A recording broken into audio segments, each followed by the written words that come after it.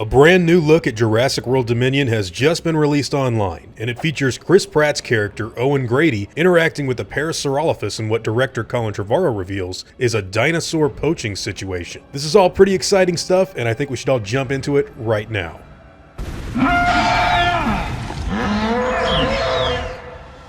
What's going on, guys? Hope you're all doing well. Now, in today's video, we've got this brand new look at Jurassic World Dominion that is coming right off the heels of the Bryce Dallas Howard Therizinosaurus reveal that just happened last week. So this actually comes with an article that goes into a lot of descriptions that I think are really cool. Entertainment Weekly tells us that Jurassic World Dominion, the 6th entry in the Jurassic Park franchise, takes place 4 years after 2018's Fallen Kingdom, enough time for dinosaurs to have found a way to spread around the globe. They have been multiplying and living amongst us and clashing with us, says filmmaker and co-writer Colin Trevorrow, who directed 2015's Jurassic World. The other Jurassic Park movies pretty much have the same story, he says, but Dominion is set all over the world, through many different environments: wilderness, urban, desert, snow. It's exciting to see these creatures navigate environments that they weren't built to survive in. They grew up in a theme park, and now they're here. At the start of the film, out June 10th, Bryce Dallas Howard's Claire Dearing and Chris Pratt's Owen Grady are still attempting to save the big beasts,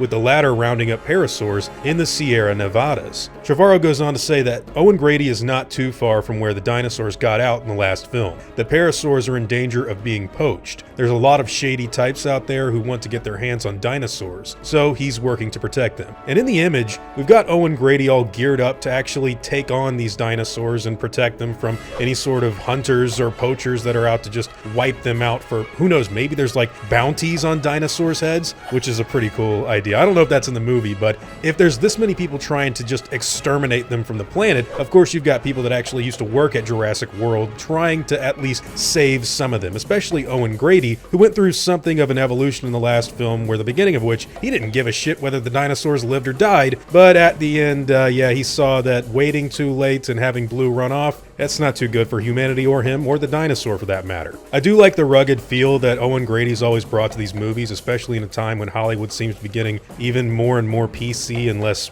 realistic. Owen Grady is probably one of my favorite characters of these 3 new movies, although I do really like Claire. Roland Timbo, I always thought was the biggest badass of all these films, so I'm into seeing stuff like this. Now, the article goes on to say that Trevorrow is cagier about where we find Claire. I don't want to say just yet, he explains, but she's at a point where she's questioning her methods and whether she can stay safe and fulfill the responsibility that she has to other people in her life that care about her. Which is also interesting because if you remember in Jurassic World Fallen Kingdom, Claire underwent this sort of evolution that really started in the first Jurassic World, where she stopped seeing the animals as numbers on a spreadsheet and felt really bad when they started dying. And it was also around the time that she actually cared for other things that were outside of her own life, like her family. So it's interesting that the dilemma that she went through in Fallen Kingdom, where she was all like, oh, we gotta save the dinosaurs, and then she made the decision at the end, nah, these things gotta die. Like, she refused to push that button, which would have let them all out. But they got out anyways, and it looks like she's going to have a lot of redemption, or at least deep soul searching to figure out what she's going to do now.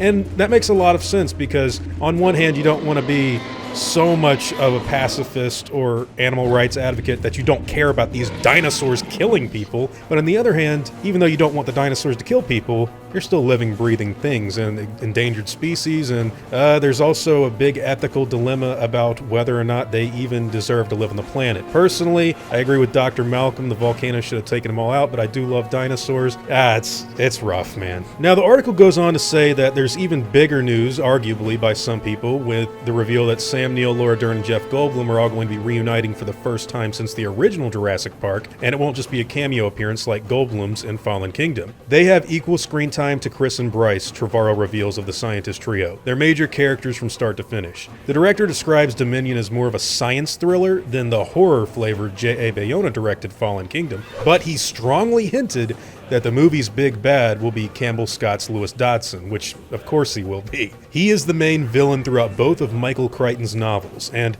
I think what Campbell's done with the character is just amazing, he says. I can't wait for people to see it. Jurassic World Dominion is released in theaters on June 10th of 2022, and I love the fact that Trevorrow's acknowledging Lewis Dodgson's major role in Michael Crichton's books and how they've incorporated him into this movie, and that he's really excited for people to see it. Now, for those of you who don't know, Dodgson, he's a bad guy, attempted murderer. Actually, you could arguably say he did murder a whole bunch of people in Chile.